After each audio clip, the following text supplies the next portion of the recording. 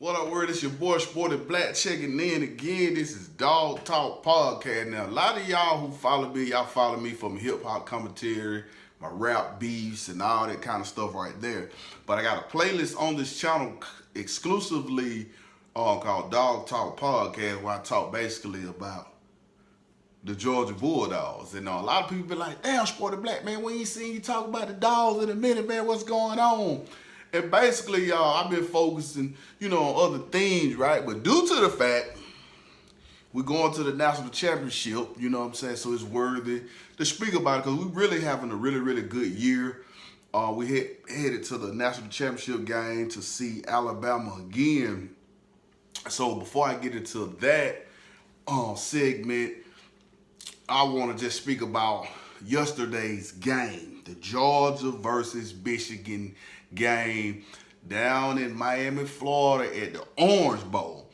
And really, the Michigan Wolverine fan base really the one brought me out of retirement when it comes down to talking about this football, covering this football and trash talking about y'all fan base, man. Y'all fan base something else, man. Y'all been talking so much trash on these different sports, college football channels, to Facebook, to Twitter. I mean, I got a first cousin, me and him bet, so we bet some money on the game because he's actually a Wolverine fan. I don't know a lot of Michigan Wolverine fans because I stay down here in Georgia, but he's one of the few that I know. And even him, he was talking so much crap. Oh, man, we're going to beat y'all 44-3. You must ain't seen what we did at Ohio State. We got the best offensive line in the country. We got the best running back in the country. We got the best this, we got the best that. And I'm telling him, like, brother, we favor to beat y'all by 7.5 points. And that ain't enough points that y'all gonna need because the fact that what y'all do best, which is the offensive line and running the football, that is what we do the best. Our defensive line is the heartbeat of our team. Our front seven and being able to stop the run is what we pride ourselves on for the last 3-4 years. We take pride in stopping the run. And if that's what you like to do best, then, bro, I knew y'all was in trouble from the gate. And, man, oh, my God. I told you so is a understatement, man. We totally mollywopped Michigan, man.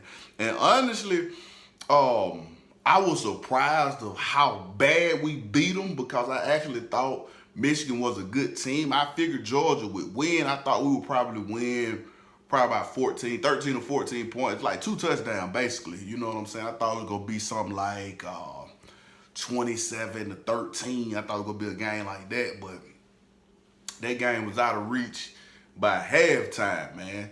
Simple as that. Then, is anybody seen, what his name, Aiden Hutchinson, the Heisman Trophy runner-up?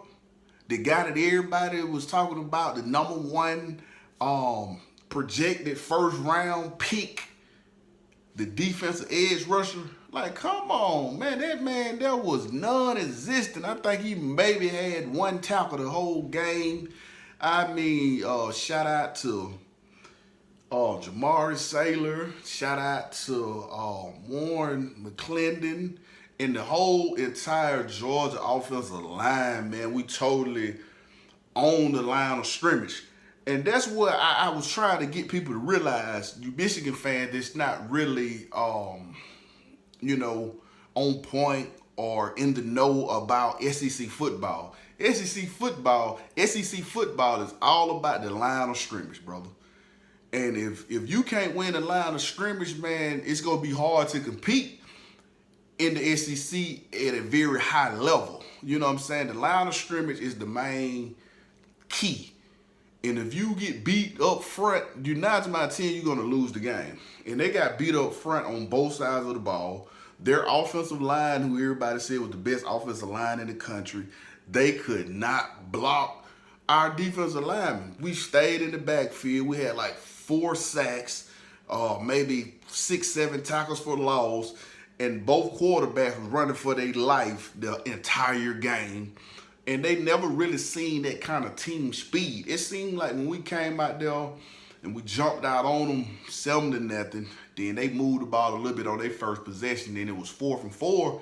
They went for it, which I think was a bad play call, but I understood where Jim Harbaugh was coming from. He was just trying to keep up with the momentum. He figured that if he give us the ball back, we score again, they gonna be deflated. But they went for it, they missed it. We scored again, went up 14-0, and they was like, the game was over with at that point.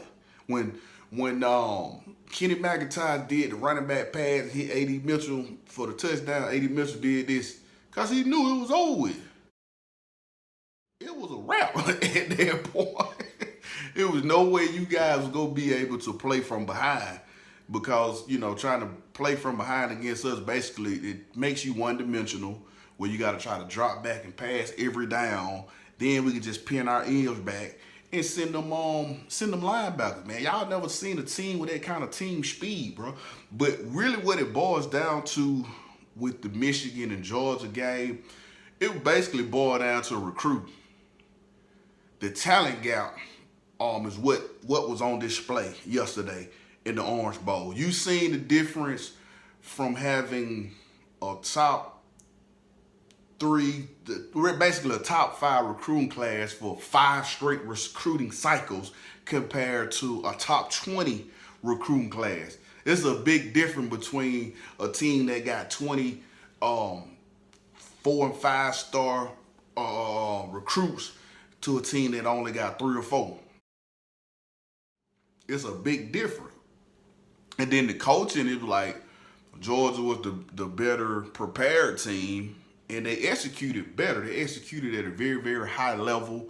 They didn't make a ton of mistakes, meaning they didn't turn the ball over. Now, they did, get a lot of penalties called on them, but that's just Georgia. They real aggressive, so they get a lot of penalties every game anyway. And them guys, they just never really seen that kind of team speed from offensive and defensive. They never seen linebackers run like that. They never seen linemen that strong at the point of attack that can basically engage with the blocker, disengage, and make the tackle all in one sequence. They never really seen that.